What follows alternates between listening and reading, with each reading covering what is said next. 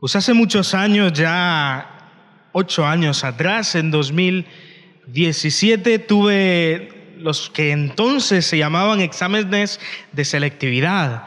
Más adelante se llamaron EBAU, PAU, etcétera. Las pruebas de acceso a la universidad en general, que yo creo que muchos de nuestros jóvenes, adolescentes han enfrentado. Y recuerdo perfectamente aquella semana. Empezó un miércoles, un examen, jueves otro, viernes otro y el sábado jóvenes. Reunión de jóvenes, por lo tanto habían sido 4 largos días en los que había estado estudiando, había dormido poco y sobrevivía a base de café. Pues como podréis imaginar, cuando terminó la reunión de jóvenes, yo solo deseaba irme a casa. Y así hice, dejé que ellos se quedaran cenando y yo me fui a casa. Cuando llegué a casa, rápidamente me fui a la cama. No me enteré de nada hasta que por la mañana me despierto, el móvil ardiendo y 104 llamadas perdidas. Porque resulta que había cerrado todo. Y Dani, que estaba en la reunión de jóvenes y se había quedado para cenar con ellos, no podía abrir. Porque justo esa noche, pues la llave no quería funcionar.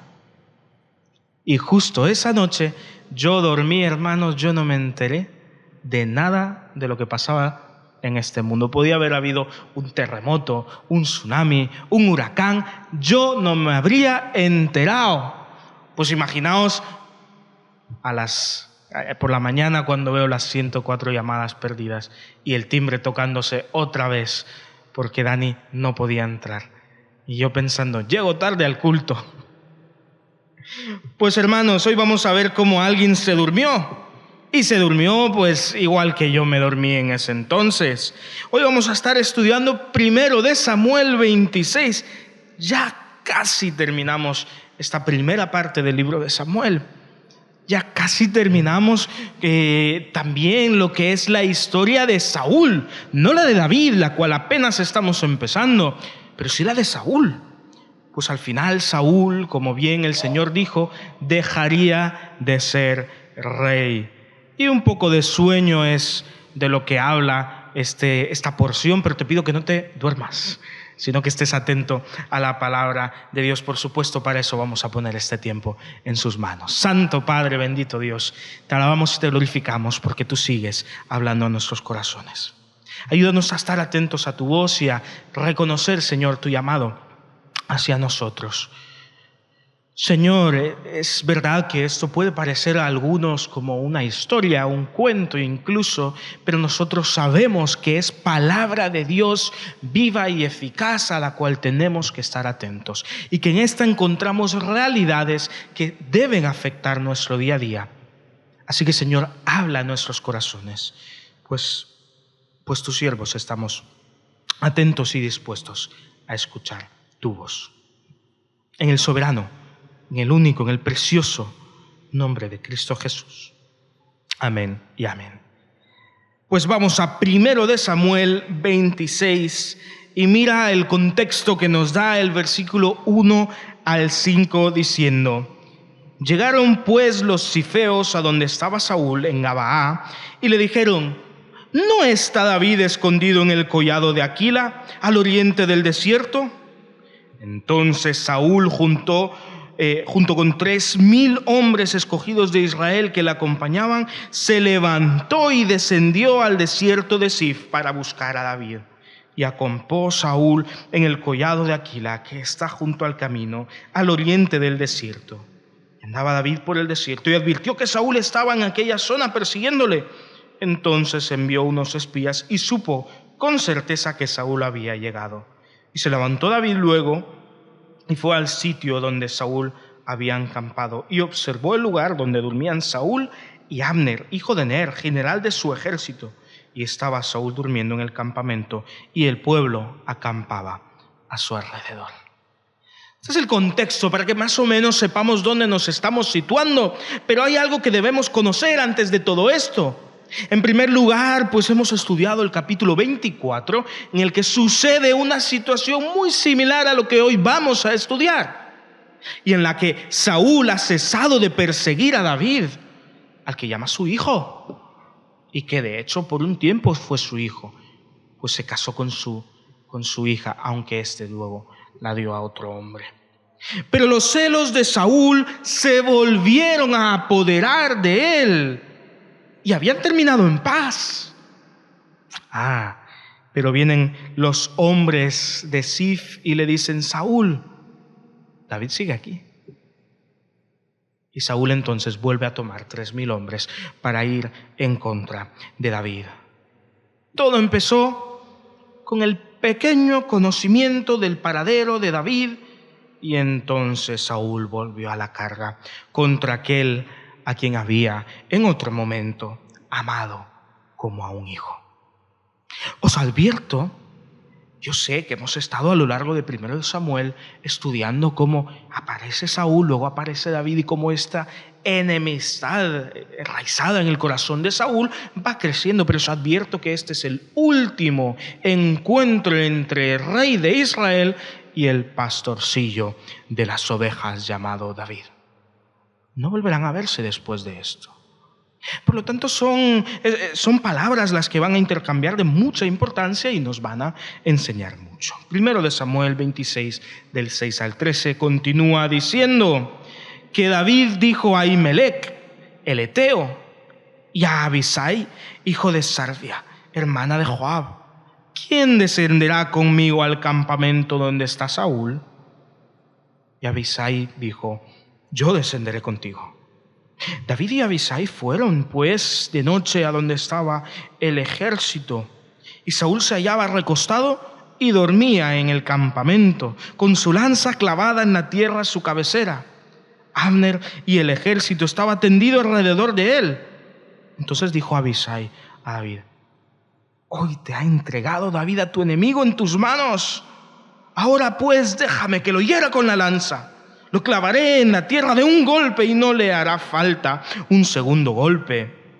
Y David respondió a Abisai: no lo mates, porque ¿quién extenderá impunemente su mano contra el ungido del Señor? Dijo además David: vive el Señor, que si el Señor no lo hiere, sea que le llegue su día y muera, o descienda a la batalla y perezca, guárdeme el Señor de extender mi mano contra el ungido del Señor. Pero ahora toma la lanza que está a su cabecera y la vasija de agua, y vámonos. Se llevó pues David la lanza y la vasija de agua de la cabecera de Saúl y se fueron. Y no hubo nadie que los viera, ni siquiera se dieron cuenta, ni se despertaron, pues todos dormían, porque había caído sobre ellos un profundo sueño enviado por el Señor. Y luego pasó David al lado opuesto y se puso en la cumbre del monte a lo lejos, de manera que había una gran distancia entre ellos. Mira, la historia es muy sencilla y los sucesos, pues de igual manera, son simples. Saúl sale al desierto para buscar a David y acampan en su búsqueda. Y durante esa noche David ve que Saúl ha vuelto a la carga. Al principio parece que no se lo cree y tiene que mandar espías para ver si es verdad que Saúl está otra vez persiguiéndole. Porque ya en el capítulo 24 habíamos visto que terminaban en paz y que Saúl le había dejado marchar porque David le había perdonado la vida. Saúl había entrado a aquella cueva y David había roto su capa en señal y como prueba de que David podía haberlo matado en cualquier momento, porque el Señor lo había puesto delante de él sin que Saúl lo supiera. Pero en el corazón de David no había ira ni rencor. No había un anhelo de venganza. Y entonces le muestra a Saúl aquel trozo de tela que había cortado de su manto y le dice: Saúl, te pude haber matado, pero yo no soy tu enemigo y te he perdonado la vida. Saúl, conmovido por aquello, entonces deja que David siga su camino y vuelve a su lugar. Claro, ante toda esta situación, cuando David vuelve a escuchar que Saúl le vuelve a perseguir, manda espías a ver si es verdad. Y descubren dónde está Saúl. Y en su paradero ven a lo lejos el campamento del rey. 3,000 hombres había en ese lugar. Recuerda que ya nos lo ha dicho que Saúl salió de Gabaa, donde él moraba, con 3,000 hombres, soldados todos de su ejército. No eran 3,000 hombres cualquiera, eran 3,000 hombres armados y dispuestos para perseguir y matar a David y a sus hombres. En ese entonces David tenía unos 600 hombres, lo que significa que la balanza estaba muy descompensada. Apenas era un quinto del ejército de Saúl. Pero David no llama a sus hombres para ir a encontrarse con Saúl, sino que habla con Ahimelech, aquel hijo de aquel sacerdote que estudiamos ya aquí, y llama a Abisai. Abisai era su sobrino, el hijo de su hermana. Y ahora mismo parece que son dos personas, bueno, sí, uno lo conocemos, pero el otro es un desconocido. Más adelante conoceremos a Abisai, su sobrino, un hombre valiente, extraordinario, un hombre además que se sabía manejar con las armas, pues llegó a ser el principal, no solamente uno de los valientes de David, este grupo de élite, lo que hoy en día diríamos la escolta real, y los hombres pues más pudientes en cuanto a guerra y armas. Era un valiente, era un genio estratégico y militar, el principal entre los valientes de David. Entonces cuando David le pregunta a estas dos personas quién descenderá con él al campamento donde está Saúl, y solo uno de los dos, porque solo irá David y otro más, pues dice: yo mismo. Porque él es así, él es avispado, él es rápido para tomar cartas en el asunto y es un valiente de David. Pero es interesante notar que ellos descienden y nadie nota su presencia. Todos estaban durmiendo. Lo normal era tener centinelas. Si tú y yo estuviésemos en el ejército, pues nos turnaríamos a ver quién hace la guardia, en qué hora, para que cuando tú duermes yo vigile y cuando yo duermo tú vigiles, y así de ninguna manera el enemigo se pueda hacer en contra nuestra. Pero todos estaban durmiendo. Y dice la palabra de Dios además que este sueño que ellos habían tenido y el que estaban viviendo era por parte del Señor. Un sueño divino. Es interesante notar entonces que realmente fue el Señor el que llevó a David ante la misma presencia de Saúl, su enemigo. Y como si fuese cuestión del destino, a la cabecera de Saúl, su lanza. Por si David se hubiese olvidado su espada, para sacarla de la tierra y clavarla en el corazón de Saúl, que tantas amarguras le había causado. De hecho, es el valiente Abisai el que le dice: déjame que tome esta lanza y lo clave en la tierra. Y cuando conocemos el currículum de este valiente de David, pues seguramente lo decía muy en serio cuando decía: lo clavaré en tierra de un golpe y no faltará un segundo golpe. Por eso, porque David es un exiliado, de manera injusta, ungido del Señor para coger el reino, enemigo número uno de Israel. Por eso es entonces que resalta tanto la reacción del pastor de Israel. Porque a los ojos de David levantar su espada contra el ungido del Señor era pecar en contra de Dios. Porque David sabía que Dios había elegido a Saúl para reinar sobre Israel. Y aunque él mismo había sido ungido por Samuel como segundo rey sobre Israel, no sería David el que levantaría su mano para hacerse con el poder. No intentaría que la voluntad de Dios se cumpliera por la fuerza. Dios había puesto a Saúl sobre el trono y sería Dios quien designara cuándo bajarlo del trono. Esa es la mente de David. Porque David entendía que la justicia no solamente viene de Dios, sino que también es impartida por Dios, no por el hombre. Dios da justicia e imparte justicia. Por eso coge la lanza, pero no para herir a Saúl, sino para demostrar una vez más que sus intenciones para con el rey no son de maldad ni de muerte. Y coge también la vasija de agua y sale de ahí perdonando otra vez la vida de Saúl. Es encomiable y es realmente algo digno de admirar lo que ocurre en ese lugar. Por segunda vez David tiene a Saúl rendido a sus pies y no le arrebata la vida. Versículo 14 al 20 continúa diciendo, recuerda que David ya ha salido del campamento y ahora hay una distancia entre David y Saúl.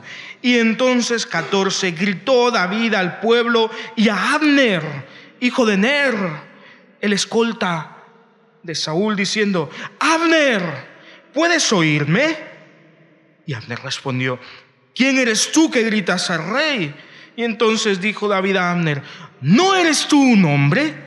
¿Quién hay como tú en Israel?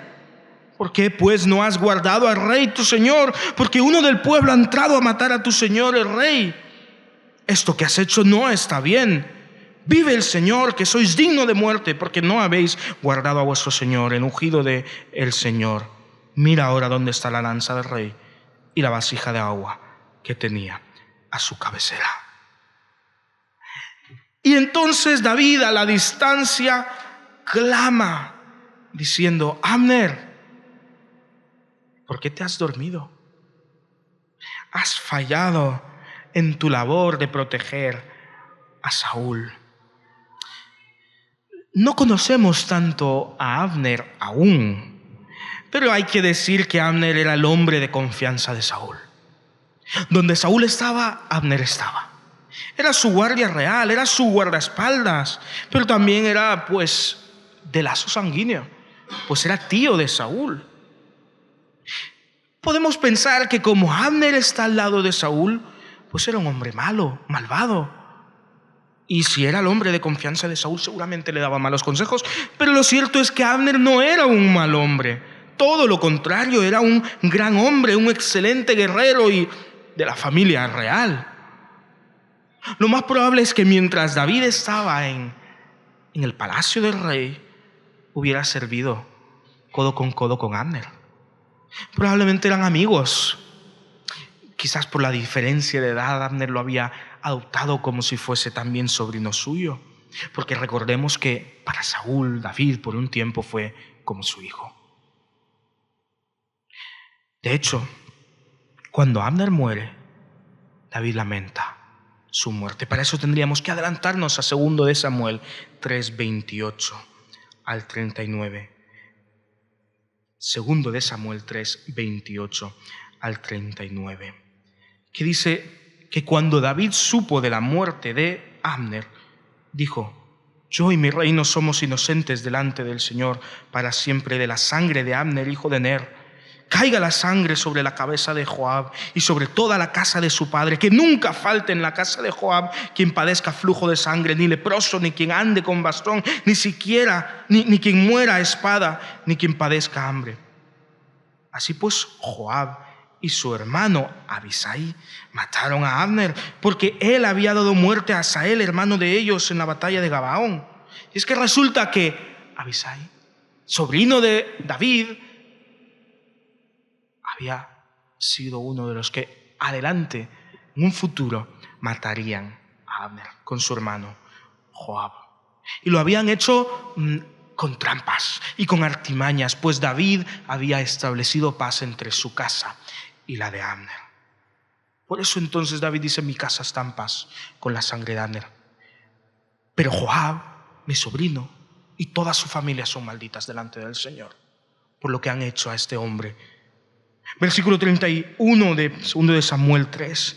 Después dijo David a Joab y a todo el pueblo que con él estaba: rasgad vuestros vestidos, poneos ropas ásperas y haced duelo delante de Abner. Y el rey iba delante del féretro cuando sepultaron a Abner en Hebrón. Y alzó la voz el rey y lloró junto al sepulcro de Abner, y lloró también todo el pueblo. Entonces el rey entonó este lamento para Abner: ¿habrá de morir Abner como muere un villano? Tus manos no estaban atadas, ni tus pies sujetos con grillos. Caíste como los que caen ante malhechores.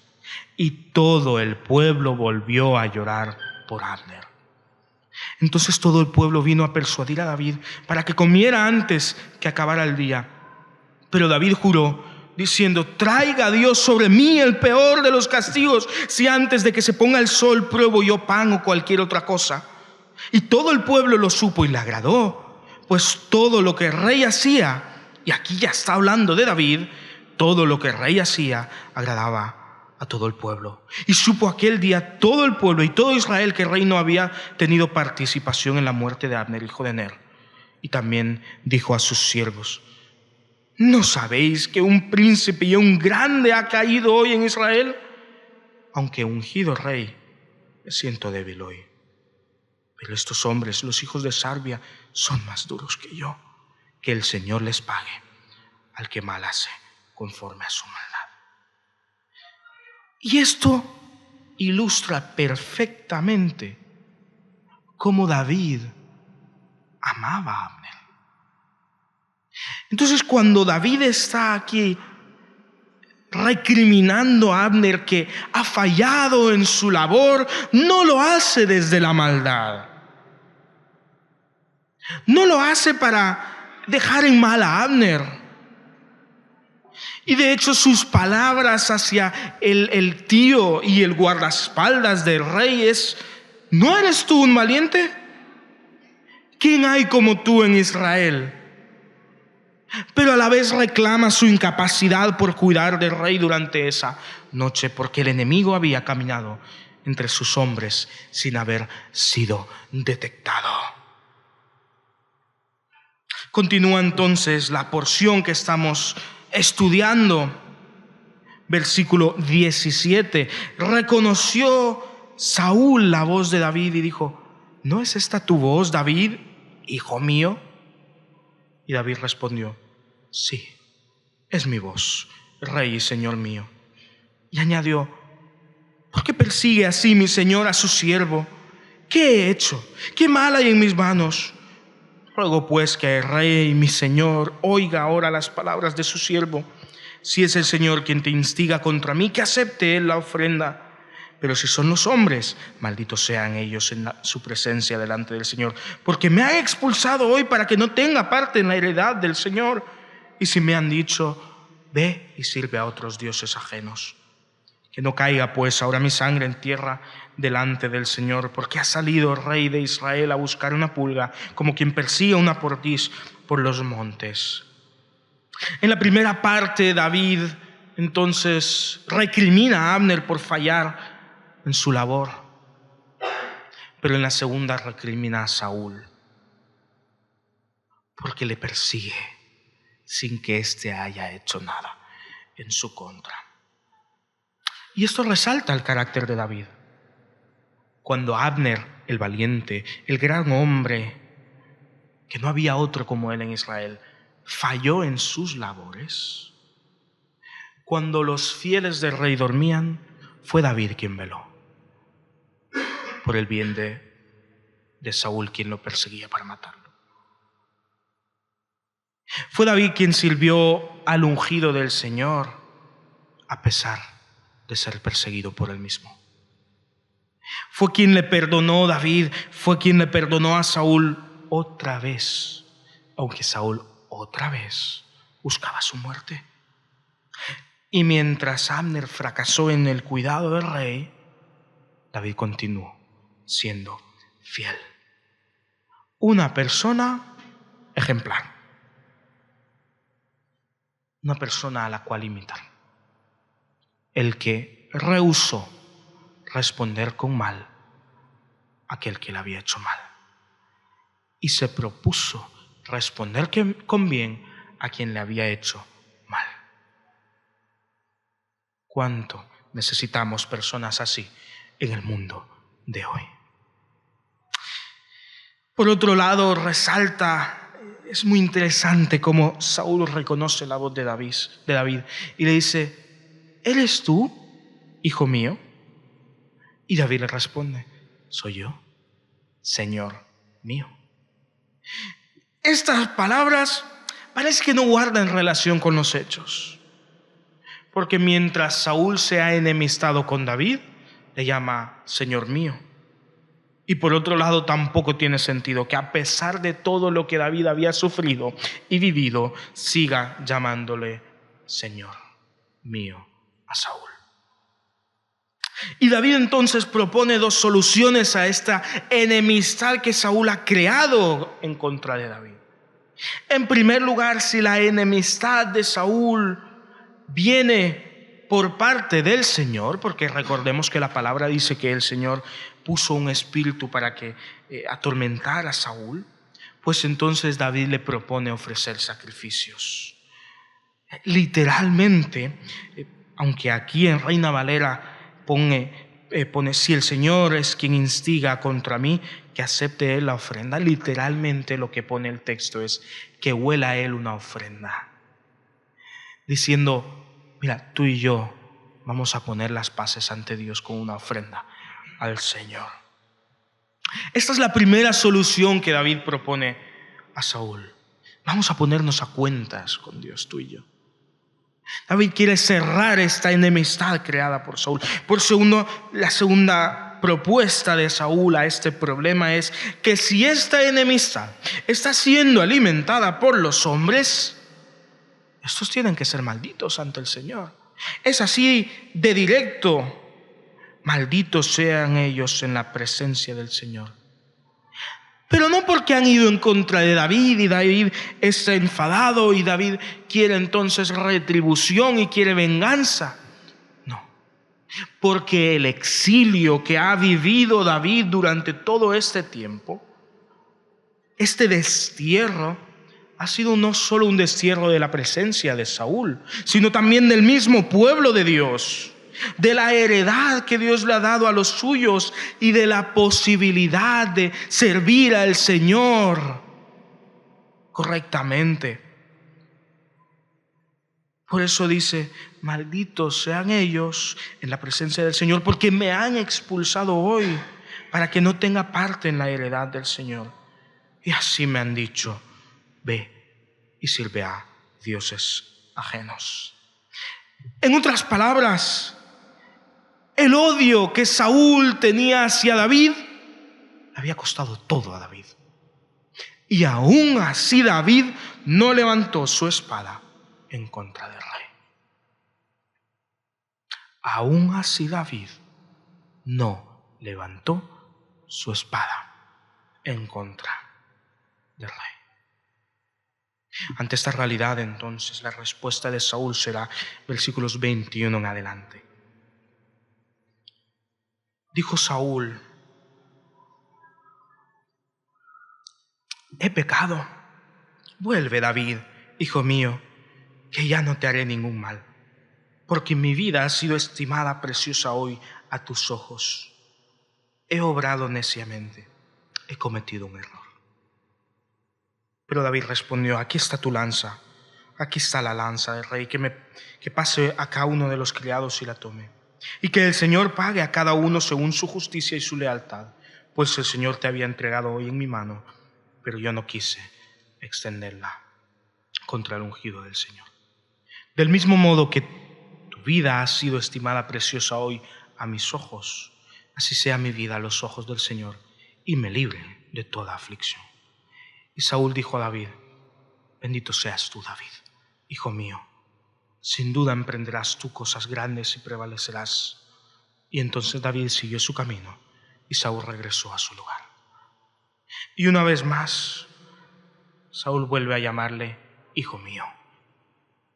el reconocimiento de cómo él ha pecado contra David. Es más, dice, he pecado, vuelve. Pero David rechaza la oferta de Saúl, que vez tras vez había dejado que la maldad se volviera a apoderar de él. David vuelve a rechazar esta oferta, pero invoca justicia para ambos. Entonces Saúl, por tercera vez, llama a David, hijo mío, bendiciéndolo a manera de despedida, y reconoce entonces que David habría de prevalecer y de hacer grandes cosas.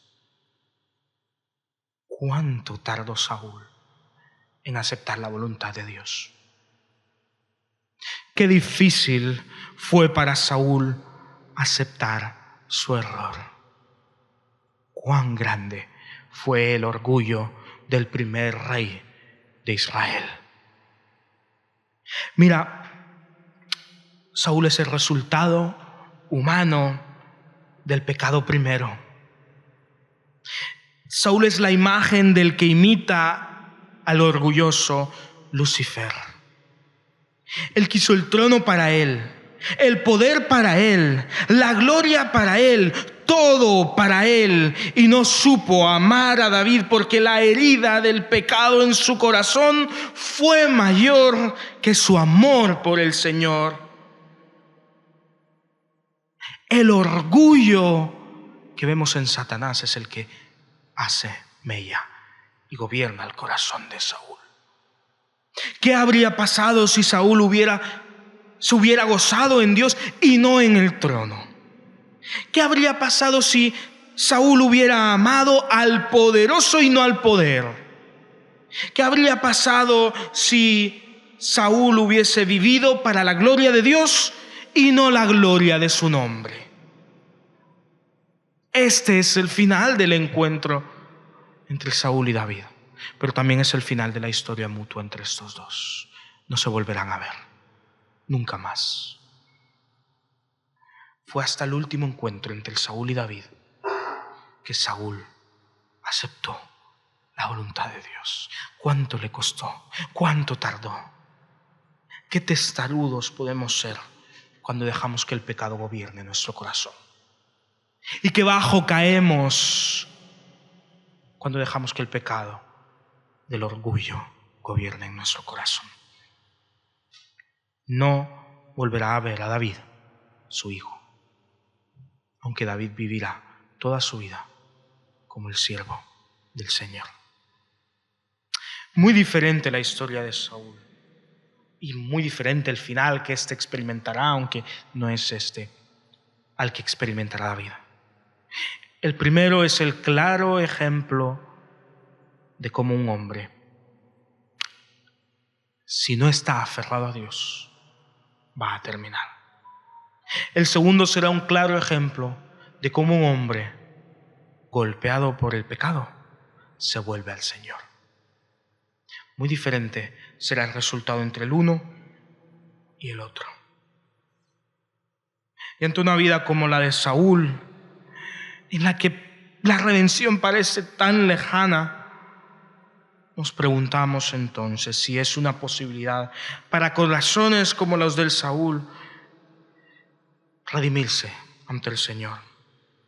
Y entonces recordamos aquella canción escrita en 1876, más de 100 años, que dice: ¿qué me puede dar perdón?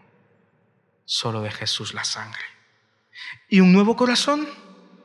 Solo de Jesús la sangre. Precioso ese raudal que limpia todo mal. No hay otro manantial. Solo de Jesús la sangre. Mira, parece que Saúl es un villano que no puede ser redimido jamás. Pero la sangre de Jesús no ha tocado aún hoy un pecador al que no haya podido salvar. La redención y el perdón del Señor están al alcance de todo aquel que en reconocimiento de su maldad dice: he pecado contra Dios, y se humilla y reconoce a Dios como Salvador de su vida. Si tan solo Saúl lo hubiera hecho. No tardes en venir al Señor. Que el orgullo de Lucifer no se apodere de tu corazón. Seamos humildes ante el Señor. Que los celos, que la avaricia, que la vanagloria de la vida, como dice Primera de Juan, no hagan un nido en nuestro corazón. ¿Quieres perdón? Ven al Señor. ¿Quieres un nuevo corazón? Ven al Señor. Y tú también cantarás diciendo: el Señor limpia todo mal. Porque todos pecamos y todos estamos separados de Dios. Pero donde abundó el pecado, dice la santa palabra de Dios, sobreabunda la gracia. No hay corazón, no hay persona a la cual el Señor no pueda redimir. ¿A qué esperas? Ven a Él, que por amor fue a la cruz, tu cruz, mi cruz, porque la paga del pecado es muerte. Y tomando nuestro lugar, nos ha redimido para sí mismo, como sus hijos, como un pueblo. Y al tercer día, el Rey resucitó. Y será David el que llame a Jesús diciendo: mi Señor. No solo a Saúl, sino el reconocimiento al que es Señor sobre todos. Será David el que dice: mi Señor, a Jesús. Padre Santo, tú eres nuestro Señor. Padre, pero la verdad es que si hemos de compararnos a uno de estas personas que encontramos en 1 de Samuel 26, la verdad es que nos parecemos más a Saúl que a David. Señor, es verdad que muchas veces el Dios que hay en nuestro corazón es nosotros mismos, Señor. Y es verdad que el pecado nos ha querido como su presa, pero también es verdad que nos hemos quedado cómodos en el pecado. Por eso, Señor, pedimos que hagas tu obra en nosotros. Padre, no queremos terminar al final de nuestros días como Saúl, quien dejó de amarte, que dejó de gozarse en tu presencia, que se amó más a sí mismo que a ti. Padre, ve moldeando tú nuestro corazón, no para ser como David, para ser como Cristo. Padre, transforma nuestras vidas para amar como tú amas y perdonar como tú perdonas. Y gracias, Señor, porque sabemos que podemos amar y sabemos que podemos perdonar a todos los que nos han hecho daño, porque tú, oh Señor, nos has amado y nos has perdonado primero. Te amamos y te glorificamos en el santo nombre de Cristo Jesús. Amén y amén.